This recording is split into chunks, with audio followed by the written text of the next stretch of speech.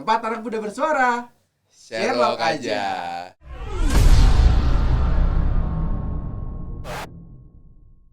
Gimana kabarnya Bapak Aldo Rinaldi? Luar biasa, Bro Rayo. Oke. Gimana, sehat? Sehat, alhamdulillah. Wih, luar Setelah biasa. kita kurang lebih berapa jam gak ketemu ya? Terakhir kemarin kan ya? Kemarin, Iya. kita ketemu lagi ya. Tapi kalau ngomong kemarin kan abis sholat langsung banyak ide ya. Langsung banyak ide karena kita diberi ilham. Jaya Kusuma. Iya. Tapi gimana? Udah sholat? Alhamdulillah. Juhur sudah. Udah ya? Oke. Asarnya memang belum, sebentar lagi ya. Bentar lagi. Aman. Masih ada Aman. waktu. Masih Sekitar pukul jam- setengah jam lagi ya, Sob ya. Enggak dong. Enggak. Baru jam pukul 3:15. Oke, Ceritanya ada siap. jam. Nanti tolong diedit ada jam. Iya. Gimana Mr. Aldo di dunia per YouTubean hari ini sudah melihat apa yang viral hari ini? Oke, barusan ngelihat Troy Suryo ya, Bro ya. Gara-gara lu sih itu, Sob. Bener-bener dengan ijazah palsu Iya. milik mantan bapak. Tapi enggak seru sebenarnya sih, enggak seru sebenarnya. Itu iseng aja sih. Iseng aja. Karena Sekilas aja ya. sekilas aja.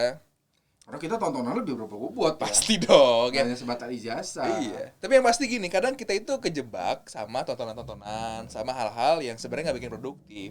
Oh begitu. Iya dong. Jadi sebenarnya sih itu gak akan terlalu banyak juga gue tonton. Tadi malah cuma 3 jam tadi gue nonton Roy Suryo tadi, Bro. Jadi gak akan terlalu ngabisin waktu juga sih sebenarnya. Tapi produktif itu kita kelihatan sibuk bukan sih sebenarnya? Kita kelihatan sibuk itu produktif nggak sih sebenarnya? Itu sebenarnya Jebakan. jebakan. Kadang kita ngelihat si A nih sibuk banget, terus kita anggap dia nih oke nih, tim gue nih yang ini nih. Dia kelihatannya produktif banget. Sebenarnya yang lu lihat main HP belum tentu dia beneran main HP. Siapa tahu dia lagi nge-call customer. Yang kelihatan sibuk pun belum tentu beneran sibuk. Gitu kan. Makanya kalau di kantor gua selain ada SOP, KPI, kita pakai workload analysis. Oke. Gitu. Itu buat mastiin bahwa memang dia bener produktif gitu. Nah loh, jadi ternyata so sibuk atau kelihatan sibuk itu nggak produktif juga ya Belum sebenarnya. tentu. Terus kategori produktif itu apa ya? Oke, gini sebenarnya paling mudah nentuin seorang produktif itu dari KPI-nya sebenarnya. Oke, karena lu sangat boleh, terutama di perusahaan gue ya, lu sangat boleh untuk terlihat lebih santai di saat lu sudah achieve. Oke. Iya kan? Baik. Sales misalkan, Ya. tanggal 24 lu udah achieve ya sebenarnya itu fine-fine aja buat lu kelihatan lebih santai dibanding yang belum achieve. Gitu kan. Jadi sebenarnya sih KPI itu udah jadi tolak ukur paling efektif buat tahu nih orang sebenarnya udah do the best atau belum gitu. Karena bisa jadi mereka itu udah ngebut di awal gitu kan. Menggunakan strategi ya Ya, sebenarnya. iya. Kalau buat lu gimana? Menurut lu orang yang kelihatan sibuk itu atau gimmick sebenarnya atau memang Kalau orang kelihatan sibuk sih menurut gue ya sibuk aja. Cuma Gak sibuk aja. usah bingung gitu dah kayak. Kelihatan ya. Kalau menurut gua produktif itu nggak mesti sibuk sih sebenarnya. Iya, Tapi iya, dia bisa memanfaatkan waktu Iya. sebaik mungkin untuk hal yang memang benar-benar bermanfaat. Iya, Jadi iya. memang pekerjaannya sesuai dengan pekerjaannya. Iya, iya. Gitu. Jadi it's not about time, it's about activity. Iya. Priority juga kan? Iya. Keren gak tuh? Mas? Iya. Boleh. Oke. Itu buat produktivitas ya. Iya. Menurut Mr. Aldo, menurut seorang Aldo Rinaldi, tapi produktivitas itu apakah menjadi hal yang sangat penting? Oke. Yang pasti gini, ketika lu mau change something, lu wajib banget start dari ngubah cara lu produktif. Gini, kalau kata Einstein waktu itu kan relatif ya. Kenapa Einstein bilang waktu itu relatif? Karena sebenarnya kalau lu pikir-pikir lagi, waktu 8 jam lu sama waktu 8 jamnya gua atau mungkin yang lain itu mungkin beda. Gitu. Ketika 8 jam lu bisa menghasilkan misalkan ya, lu bisa solving 10 case, lu bisa ngerjain 5 project, lu bisa meeting sama 3 tim misalkan. Dan itu bisa jadi hal yang berbanding terbalik sama orang lain. Waktu 8 jamnya dia mungkin bisa jadi dia mengerjakan hal-hal yang jauh di bawah produktivitas lu misalkan. Nah, itu sebab kenapa ada definisi bahwa waktu itu relatif. Nah, makanya ketika lu mau change something di hidup lu, terutama lu mau scale up gitu ya. Lu mau scale up. Ketika lu ngerasa bahwa achievement lu kok mentok di angka segini ya, gue pengen achievement gue naik. Maka sebenarnya hal pertama yang bisa lu rombak adalah productivity lu. Nah, gimana cara lu untuk bisa ngerombak atau naikin productivity lu? Nah, yang pertama adalah menurut gue ya, ini yang gue lakuin. Gue challenge myself. Gue nentuin sesuatu hal yang baru di hidup gue. Misalkan gue ikut les baru. Gitu lah. Ketika gue ikut les baru, gue akan set goals. Ya, set goalsnya apa? Dan biasanya jiwa kompetisi gue tuh akan nge-mention satu nama di kelas yang tempat gue les tadi untuk bisa ngalahin dia. Gitu ya. Misalkan gue pernah ikut les dulu gue pernah ikut les di Jakarta Selatan. Ini sebagai bentuk rasa hormat gue sebut merek ya. Boleh, namanya Dumet School. Ini salah satu lembaga pendidikan digital marketing yang udah ngebantu banget bisnis gue. Waktu itu gue sekelas sama pebisnis lain yang omsetnya jauh tuh di atas gue gitu. Jauh banget. Jadi dia produknya produk herbal. Let's say lah omsetnya 10 kali lipat di atas gue waktu itu. Jadi apa yang gue lakuin waktu itu adalah gue harus belajar lebih banyak dari dia, gitu. Jadi cara gue untuk set productivity adalah dengan gue set satu jadwal baru yang dimana gue bisa set goals baru juga di situ. Di saat gue ambil kursus ini, gue akan ngalahin si A di dalamnya gitu. Dan itu automatically kebentuk. Karena ketika lu ngerasa semangat buat produktif, lu kan bingung mau ngapain gitu. Ketika lu nggak tahu apa yang jadi hal yang bisa mencut lu untuk lebih produktif gitu. Nah, makanya ketika lu mau naikin level productivity lu, yang pertama kali lu lakuin adalah lu harus ngapain? Lu mau ngapain? Lu ambil misalkan ya, lu ambil kelas A, kelas B, kelas C, atau misal lu lanjut kuliah, atau misal lu ambil side job, atau misal lu belajar bisnis, atau misal lu bikin produk digital. Atau bahkan beberapa hal ekstrim yang pernah gue temuin di Instagram adalah lu ikut retreat yang dimana lu akan menghilang dari dunia digital, di dunia gadget dan lain sebagainya, di dunia media sosial, yang akhirnya lo bisa jauh lebih produktif dengan pengembangan diri lo. Itu banyak hal yang bisa lo lakuin sebenarnya. Jadi pada intinya adalah meningkatkan kemampuan ya. Meningkatkan kemampuan untuk produktivitas itu ya. Yes. Oke, luar biasa. Sob, banyak banget tuh ya kalau gue ngecek di Instagram, Twitter, banyak banget teman-teman gue tuh yang ngeluh pulang pekerja pagi, pulang malam, pekerja pagi, pulang malam, tapi hidupnya gini-gini aja gitu. Menurut lo, apakah kesuksesan itu nyata gitu gak sih? Sebenarnya buat orang-orang yang kayak kita yang pada umumnya lah gitu ya. Tapi satu hal yang pasti sebenarnya gini Sob, ada satu dalil di agama gua sih ya, yang bilang kalau jangan mengharamkan apa yang tidak Tuhan haramkan. Gitu. Dan ketika lo tidak diharamkan untuk berhasil, maka peluang lu berhasil tuh nyata dan ada gitu. Nah, itu sebabnya kalau kita bicara soal effort, let's say kita bicara soal privilege misalkan. Sekarang lagi ngetrend banget nih kayak istilah gue bukan pewaris, gue hanya perintis misalkan.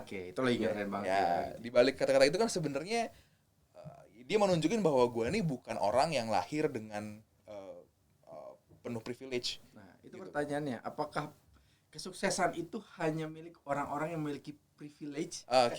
Itu kan banyak banget tuh orang yang gue nggak ada orang dalam, gue nggak ada link, bapak gue bukan presiden gitu kan, paman gue bukan MK gitu kan. Kok ke situ ya? Gue baru sadar lagi anjir. Kok jadi ke situ? Mungkin kayak orang banyak yang nggak percaya diri karena mereka nggak punya privilege, mereka nggak punya link, mereka nggak punya orang dalam, yang lagi rame itu. Menurut lo mungkin nggak sih hal kesuksesan itu besar terjadi bagi orang-orang biasa aja gitu? Tapi yang jadi pandangan gue soal privilege ya. Privilege itu penting. Sebenarnya penting. Tapi gimana kalau kamu punya privilege? Maksudnya gini. Ya siapa yang nggak mau gitu. Ketika memang lu terlahir punya privilege ya lu bisa apa? Ngapain juga lu ngurusin orang yang punya privilege sama yang nggak punya privilege? Ketika memang lu terlahir sebagai orang yang punya privilege, lu beruntung. Karena lu akan start di garis start yang udah sedikit lebih maju dibanding yang lain yang nggak punya privilege kan. Itu pertama gitu. Yang kedua ya gue sih menganggap bahwa privilege itu ya satu hal yang penting gitu ya. Bahkan bagi gue pribadi ya bro, born without privilege is a privilege sebetulnya. Ketika lu lahir tanpa privilege, itu sebenarnya privilege. Wow. Iya. Gimana tuh? Gue bisa membayangkan diri gue. Bisa membayangkan diri gue. Mungkin gue tidak akan bangun sepagi gue hari ini ketika gue terlahir sebagai anak konglomerat. Karena gue tahu ya gue udah kaya kaya, men, gue ngapain lagi harus bangun sepagi ini gitu. Leha-leha is my life. Iya. Gitu ya. Iya. Oke lah, nobody loves to wake up early, nggak ada menurut gue ya. Dan gue sih ngelihatnya gini, ketika lo mungkin nggak berlaku ke semua orang ya. Cuma gue ngerasanya ketika gue harus bangun lebih pagi, gue kerja lebih keras, orang udah mulai selesai kerja, gue masih kerja. Bahkan gue sering ditelepon tengah malam, dikabarin tim gue soal kejadian yang nggak mengenakan. Wah. Iya, banyak hal yang akhirnya gue sanggup lalui itu karena gue sadar nih, gue nggak punya privilege dan gue harus work hard. Beda sama mungkin orang-orang yang udah terakhir punya privilege yang ya oke, gue nggak perlu kerja sekeras itu, gue nggak perlu bangun sepagi itu. So bagi gue, born without privilege is a privilege. Wah, itu luar biasa ya. Jadi ternyata kita bisa ngebuat privilege itu ya. Ya. Oke. Itu teman-teman, jadi buat teman-teman yang nggak percaya diri, gue nggak punya orang dalam, nggak punya link, nggak punya privilege, ternyata hidup lu adalah privilege. Ya. Keadaan lu sekarang adalah privilege ya. Yes. Karena gini sob, energi itu nggak bisa dibuat-buat, nggak bisa. Oke. Gue nggak mengeneralisir, nggak. Hanya hal yang gue temui selama gue hidup, akhirnya gue mendapati bahwa banyak juga orang-orang yang udah terlahir kaya, yang mereka memang udah cukup rajin, didikan orang tuanya luar biasa.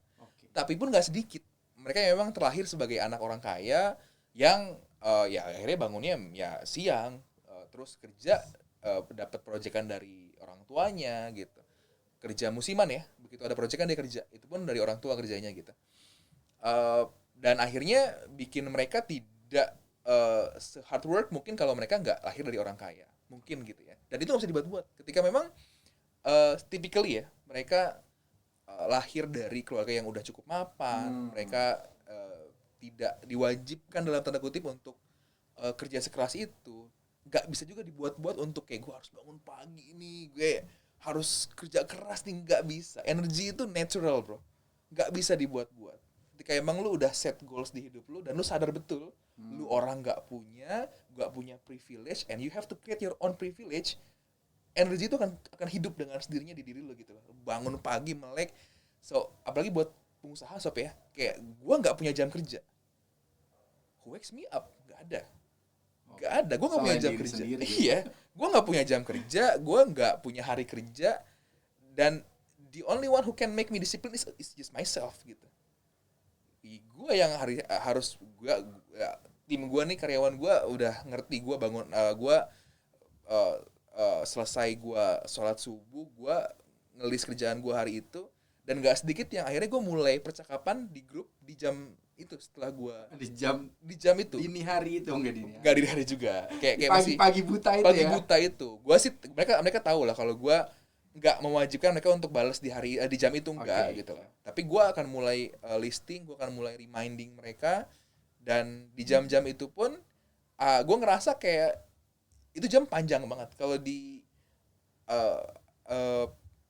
yang gue yakini ya, ada beberapa surat di Al-Quran itu yang ngomongin soal waktu subuh. Gue sih yakin memang waktu subuh tuh ajaib gitu sob. Karena lu pernah ngerasa gak sih kayak waktu subuh tuh lebih panjang dari jam-jam yang lain? Lu ngerasa gitu gak sih? Kayak lu bangun pagi nih ya, lu bandingin deh, lu bangun pagi let's say jam 4:30, dari jam 4:30 ke jam 8 itu jauh kerasa lebih panjang dibanding jam 4:30 sore ke jam 8 malam. Pernah ngebandingin gak? Enggak ya, lu bangun jam berapa? coba dibandingin. Memang enggak ada. Gue sih belum nemu ada research soal ini gitu ya. Cuma guanya merasakan bahwa kayak panjang banget, lu bisa ngerjain sebegitu banyak hal, mungkin distraksi kali ya di waktu pagi dengan keheningannya gitu, dengan bagi gue tuh ajaib sih. Itu waktu-waktu yang lu harus benar-benar manfaatin. Makanya ada buku kan, lu tahu enggak buku yang The 5 AM Club? Buku tentang orang-orang yang biasa bangun pagi. Dan lu kalau mau riset ya, lu research orang kaya mana, atau kita bicara tokoh besar ya, lu research mereka yang punya biografi, anjir mereka semua bangunnya pagi gitu ya. Kalau lu ngomongin soal Warren Buffett misalkan, Andrew Susanto lah, triliuner yang baru kemarin tuh, bangunnya jam 4 subuh, dia kan invest di mana, gue lupa lagi, Holy Wings ya, di Holy Wings kan, dia bilang kalau ya kadang kalau ada event dia sampai tidur jam 2 malam gitu ya, jam 1 malam gitu, bangunnya tetap jam 4, kan gila. Ya orang kaya itu gila memang gitu ya. Dan lu harus cobain deh, waktu subuh tuh ajaib. Bangun lebih awal guys. Waktu subuh aja. Oke, wow luar biasa sih ya. Berarti kita memang harus memulai dari awal tuh ya, dari pagi. Dan di situ ada ketenangan. It's about faith sih. Oke. Tapi untuk anak-anak muda yang nggak punya privilege, kadang mereka sudah mencoba berusaha gitu untuk meraih kesuksesan, tapi kadang gagal lagi sampai akhirnya mentalnya melemah gitu. Akhirnya nggak bisa bangkit. Akhirnya udah nggak percaya diri lagi tuh untuk meraih kesuksesan. Gimana tuh? Kita harus punya mental kayak gimana sih biar kita tuh bisa sukses gitu? Ya pasti gini, mental baja itu kan bukan bawaan lahir ya. Itu mental yang dibentuk karena tempaan-tempaan gitu. Makanya pelaut handal kan gak lahir dari lautan yang apa namanya? Tenang ya, lautan yang tenang. Kalau gue bicara soal bisnis, lu tau lah 2013 itu kan gue di kontrakan petak itu, gue masih kerja di lembaga kursus. Jadi yang jaga tuh nyokap gue dan stand itu gue standby dan gue dapet kabar waktu itu ada tamu tadi datang. Gimana akhirnya? Tamunya agak marah kenapa? Karena dia ngeliat di brosur kelasnya bagus, tapi ternyata pas dia datang ngelihat kelasnya begini marah-marah, kok nggak sesuai sih? Ya memang gue ngambil dari Google sob, karena ya kayak gue nggak mungkin juga gue masukin tempat kayak gini di brosur kan, gitu kan? Teknik marketing, gitu. Salah gue juga sebenarnya kan, cuma kayak yang anjir nyokap gue diomelin gak. Akhirnya gue nggak pakai brosur itu lagi dan kayak hal-hal yang gue lewati itu sampai akhirnya gue pernah mendapati hal-hal lain yang sebenarnya jauh lebih memilukan dan gue bisa menanggapi dengan biasa aja saking udah seringnya. Jadi hal-hal kayak gue mendapati kabar A, B, C, D, E yang mungkin di awal-awal, let's say gue masih muda gitu ya, gue masih 19-20-an gitu ya, kayak gue mendapati kabar yang mungkin gak terlalu gimana-gimana juga sebenarnya, itu udah panik, udah kayak wow gitu ya. Tapi sekarang tuh kayak contoh kabar terbaru ya, gue ada satu momen yang gue bikin gue jengkel banget. Gue udah coba MOU lah sama seorang teacher gitu ya, lu tau lah. Dia guru native gue tuh ya. Gue kasih dia project ngajar di sebuah perusahaan gitu ya. Di pertengahan kontrak dicabut sob karena dapat penawaran dari perusahaan di Arab kan.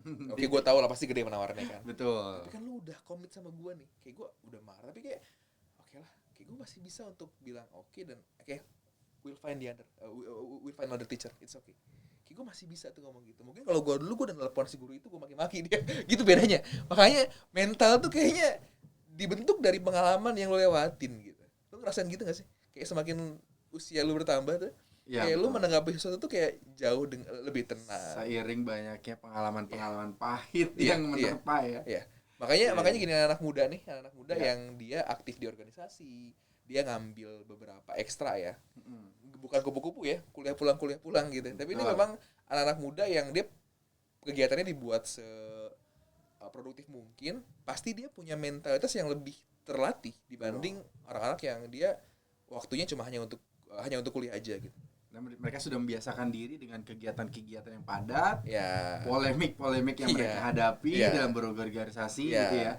Makanya organisatoris kampus, aktivis kampus itu gue yakin mereka lebih matang secara teknik pengambilan keputusan, keterampilan dalam mengelola emosi itu jauh lebih baik dibanding mereka yang nggak cukup terbiasa untuk melatih diri dalam hal itu gitu. Iya, betul. Karena kan bikin event kampus itu nggak sesimpel lu ngebayangin event jadi selesai semalam, enggak loh. Betul. Iya. Diperlukan koordinasi ke banyak orang, komunikasi ke banyak orang kan. Iya, ada meeting, ada drama-drama. Betul. Tahu pembicara cancel misal, tahu pendanaan misalkan gak sesuai harapan, ada kurang budget, gak dapat sponsor kan. Iya, itu hal yang ya nggak bisa juga lu anggap sebelah mata gitu loh.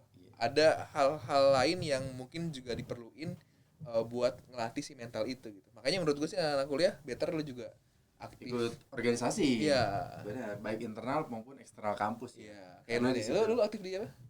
Oh banyak kalau gue di BEM, HMJ, UKM. Lumayan lah. Lumayan ya. Lumayan. Dan itu memang benar-benar ngelatih mental. Yes. Itu gue selama dalam belajar dulu sih. Dan itu yang ngebentuk mental kita ya. Iya. Dan berarti, lu juga sadar dong ya kalau akademik gak cukup ya? Akademik itu jauh dari kata cukup sih. Jauh ya. Dibentuk dari tadi kegiatan-kegiatan ekstra yang kita ikutin, dari komunikasi kita sama orang-orang di luar. Jadi memang mental baja ya berarti ya. Iya. Yang nggak cuma sekedar kita sudah mencoba, kita jatuh, Iya. coba bangkit lagi, jatuh lagi, terus aja ya berarti. Iya, ditempa Ya. Ditempa.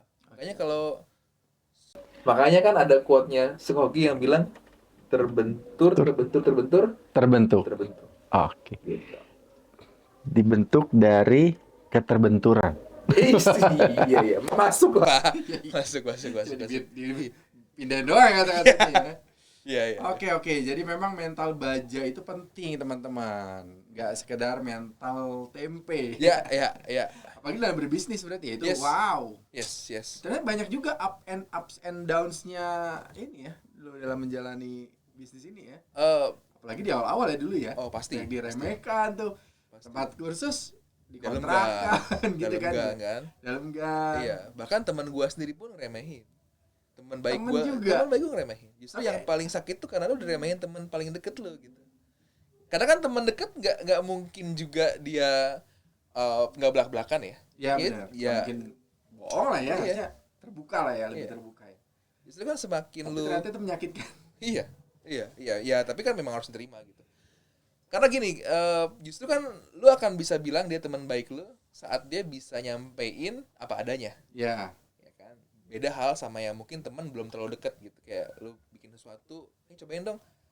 Sebenarnya gak enak tuh, tapi karena lu nggak deket banget sama dia bilang, oh lumayan enak. Ya, akhirnya kan lu nggak tahu kalau sebenarnya ini kurang enak. Beda sama teman baik lu. Kalau teman baik lu, sohib lu sendiri, lu bilang kayaknya kurang ini lo, kayak lu masaknya kayaknya lu mendingan gini deh. Ya itu kan karena lu udah, termasuk teman gue waktu pertama kali gue ajak dia main ke tempat les pertama gue yang ini nih gitu ya. Jadi dia bilang kayak lu yakin buka di sini di kontrakan petak kayak. Bahkan ada yang lebih nyakitin lagi sebenarnya. Dia bilang ini kawan yang berbeda ya. Teman kampus gue, dia bilangnya kayak, oh ini Golden English yang sering lu post, kayak anjir. Kayak ya ini gak apa ya, kayak nyebelin gitu loh, kayak oh ini kayak cuma kan ya ketika lu bisa proof bahwa ya gue berhasil nih untuk ngembangin bisnis gue, ya mungkin lu akan juga berterima kasih ke mereka gitu, bahwa ya berkat mereka juga nih gue terpacu untuk lari lebih kencang gitu. Jadi akhirnya malah bikin semangat ya. Iya. Nah itu dari cerita kita ya, kita berdua pengalaman lo sebagai orang yang menekuni dunia bisnis. Gimana cerita anak-anak muda di sana, di luar sana, atau cerita lo teman-teman yang mau bagi cerita, share cerita, atau punya cerita khusus mengenai privilege, ups and downs dalam berusaha, berbisnis, boleh juga di-share ke kita. Nanti kita bacain di segmen selanjutnya, nanti kita akan bacain komen-komen ya, dan kita akan coba bahas. Bahkan kalau cerita lo menarik bisa kita undang sih di podcast. Sherlock aja sih, ya nggak? Iya. Dan khususnya buat anak-anak muda juga yang rasa tertantang untuk bersuara, kalian bisa nge-DM kita atau kasih komentar juga. Nanti kita bisa undang ke podcast kita juga ya, untuk ngobrol-ngobrol, sharing-sharing, dan berbagai cerita menarik yang akan kita bahas. Mantap. Oke. Wah, seru banget obrolan kita hari ini guys. Jangan lupa tetap pantengin terus podcast Sherlock, karena kita pasti akan ngobrol-ngobrol lagi tentang tema-tema yang akan menarik ya. Ada closing statement?